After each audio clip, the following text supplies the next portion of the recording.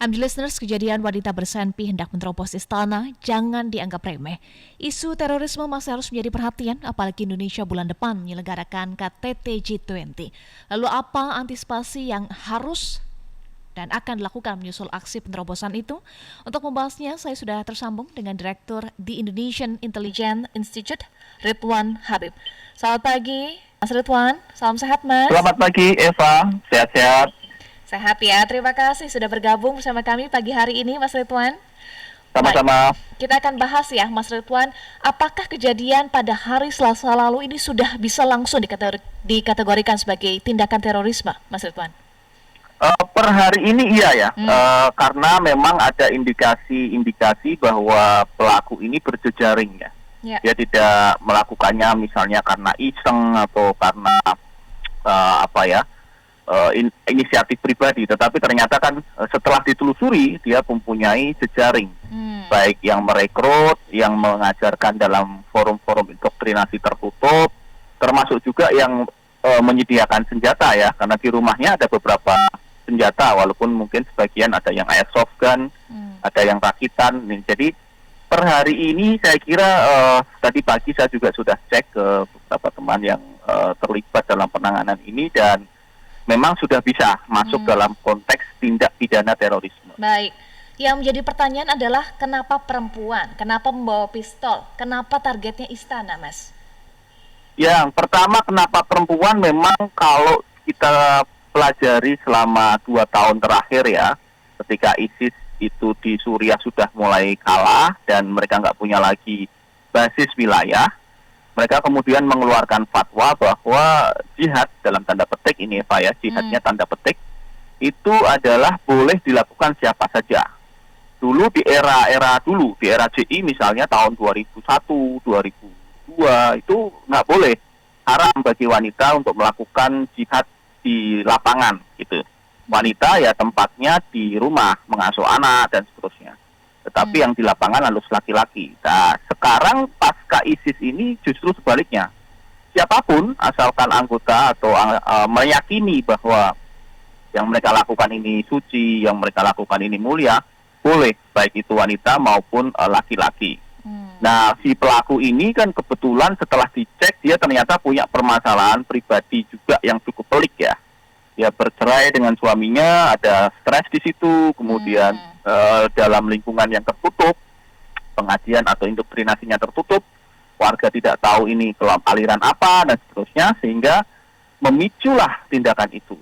Nah, saat ini memang masih didalami motifnya apa, tapi kita meyakini dia tidak ada intensi sebenarnya untuk membunuh. Kenapa? Karena tidak ada pelurunya. Pistolnya itu tidak ada proyektilnya, ada selongsong magazinnya, tapi tidak ada proyektil pelurunya, tidak ada pelurunya, tidak ada anak pelurunya, sehingga kemungkinan besar adalah dia ini memang sengaja ingin dalam tanda petik mati syahid, sehingga dia berharap ketika dia mengacungkan pistol ke aparat dan di ring 1 ya, di ring 0 itu, maka dia pasti berharap dia akan ditindak. Mungkin dia akan ditembak mati gitu. Nah, kematian dalam posisi itu menurut kelompok-kelompok ini itu mulia, karena mati dalam konteks sedang melakukan tindakan jihad. Ya tentu ini tafsir sepihak ya. Ya ini PR besar sih bagi umat Islam, bagi para ulama kita untuk meluruskan tafsir-tafsir seperti ini. Baik. Tetapi aparat mengamankan wanita tersebut tidak mati begitu ya? Apakah ini artinya motif yang dilakukan gagal begitu? Oh ya, jelas dia gagal. Kalau keinginannya adalah mati ditembak, ya jelas gagal. Dan kita salutlah dengan Prada Angga, dengan petugas-petugas yang sedang berjaga di sana. Penanganannya sangat terukur ya, sangat terukur, tidak gerusa-gerusu bahasa kita ya, tidak berlebihan begitu, sehingga kemudian alhamdulillah tidak ada korban jiwa. Dan ini juga bisa membantah tudingan misalnya, wah ini rekayasa, wah ini settingan gitu-gitu kan. Pengalian isu itu kan sudah mulai muncul ya di media sosial. Betul. Nah, saya kira ini bisa bisa dibantah dengan ini karena kan ya benar terjadi, orangnya ada, di mana settingannya kan. Apakah ada pesan khusus Mas Ridwan yang ingin disampaikan dengan teror ini, teror ke istana seorang perempuan lone wolf, dan ada potensi aparat bisa melakukan tindakan sebetulnya yang diinginkan oleh wanita tersebut? Kekhawatirannya justru bukan pada pesan sebenarnya Eva ya, tapi pada meniru, memotivasi.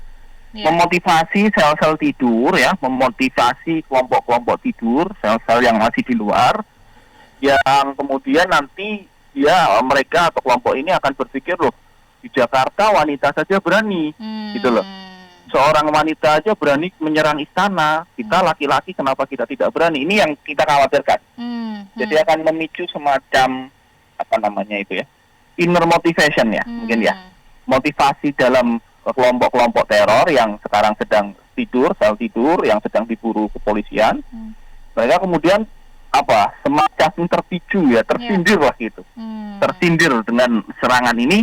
Loh, itu wanita aja berani, nah gitu kan, laki-laki kenapa kita diam aja? Itu yang kemudian kita tidak inginkan. Baik, ada dugaan itu ada potensi motivasi sel tidur, inner motivation. Apa tindakan yang harus dilakukan segera? Antisipasinya seperti apa, Mas Ridwan?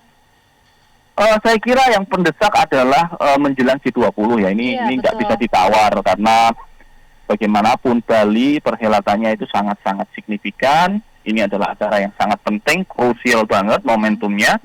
Sehingga saya kira pelapisan atau penebalan aparat intelijen di Bali dan sekitarnya, tidak hanya Bali saja, Nusa Tenggara Barat misalnya, karena bagi tamu-tamu negara itu kan kejadian sekecil apapun tidak mesti terjadi di Bali ya, misal di NTB atau tempat lain, itu bisa membuat mereka ragu-ragu untuk datang, Eva. Ini kan yang tidak kita inginkan kan. Jangan sampai mereka kemudian terjadi keraguan-raguan.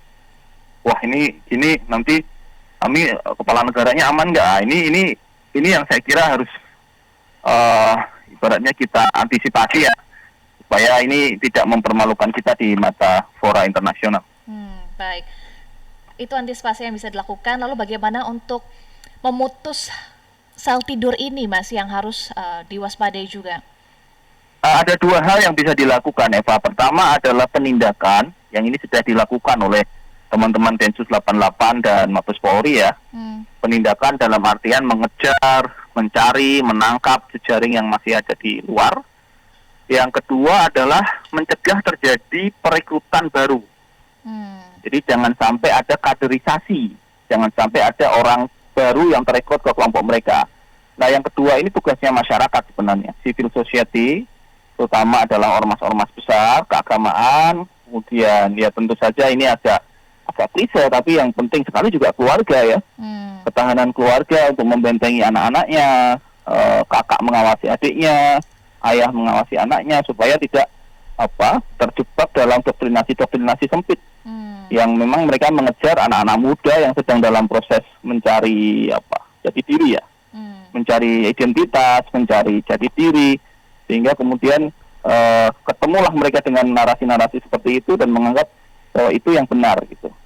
Baik, sebetulnya kondisi teror di Indonesia itu seperti apa ya saat ini ya, Mas? Kalau dari pantauan Mas Ridwan, potensi-potensi itu, sel tidur, kemudian melibatkan anak-anak, bahkan juga perempuan. Sebenarnya sudah sangat membaik ya. Sejak serangan besar terakhir itu kan gereja Surabaya tahun 2018. Jadi sejak itu saya belum mendapatkan data signifikan totalnya berapa, tetapi relatif tidak ada serangan besar. Ada beberapa serangan kecil seperti di Polsek di Kalimantan Selatan itu tahun 2020, di Polrestabes Medan itu 2019, tapi skalanya tidak terlalu besar. Skala besarnya terakhir 2018. Jadi secara perkembangan sih sebenarnya membaik ya, dari sisi ancaman. Dan juga penangkapan Densus kan lebih masif ya. Penangkapan lebih awal sehingga sebelum mereka merencanakan sesuatu, mereka sudah ditangkap dulu. Dan yang lebih penting adalah setelah mereka dipenjara, harus ada terjadi proses deradikalisasi. Sehingga mereka ini kemudian kembali ke masyarakat, dengan ideologi yang baru, yang normal, bagaimana masyarakat yang lain. Baik. Kalau yang bisa dilakukan oleh masyarakat sekarang bagaimana dengan aksi yang dilakukan di Istana pada hari Selasa lalu? Tentu ada kekhawatiran dari masyarakat, apalagi mau G20, kemudian juga akan tahun politik. Apa yang bisa dilakukan untuk mencegah hal-hal tersebut terjadi begitu, Mas? Ya, sebenarnya Eva, kan di sistem masyarakat Indonesia ini kan sudah sangat kuat ya. Dari dulu, apapun sukunya kan ada tata adat yang sebenarnya kalau itu berjalan baik, itu sangat kuat. Misalnya budaya melapor ketika ada tamu, ya kan, 1 kali 24 jam. Kemudian budaya antar tetangga, saling mengunjungi, saling menyapa. Jika seseorang ini tidak keluar rumah selama beberapa hari, dicek. Sebenarnya kalau tata adat istiadat kita, orang Indonesia, orang Timur, apapun sukunya, itu sudah sangat baik. Nah, tinggal sekarang ini yang kemudian diperkuat, ya. Diperkuat kohesinya, kerekatannya dengan satu sama lain. Ya memang faktor-faktor penting misalnya soal kesejahteraan ekonomi, tuntutan ekonomi ini juga berdampak.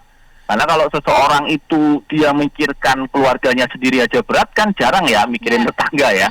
Wah, gua ibaratnya saya nyari makan aja susah, Mas, mau ngawasin tetangga gimana? Ini yang saya kira juga jadi problem bersama, problem pemerintah, dan disitulah ada fungsi RT, ada fungsi RW, saya kira yang bisa melakukan pengawasan kepada lingkungannya. Baik, tata adat, jogo tonggo, peka dengan tetangga ya, Mas? Ya, betul. Baik, kemudian dari aparat harus lakukan penebalan dan juga penindakan. Tentu kita harapkan bahwa agenda G20 dan tahun politik aman dari aksi terorisme ya, Mas Ridwan Habib. Amin. Ya, terima kasih, Direktur di Indonesian Intelligence Institute, Ridwan Habib, sudah bergabung bersama kami di Morning Traffic. Salam sehat selalu ya, Mas Ridwan.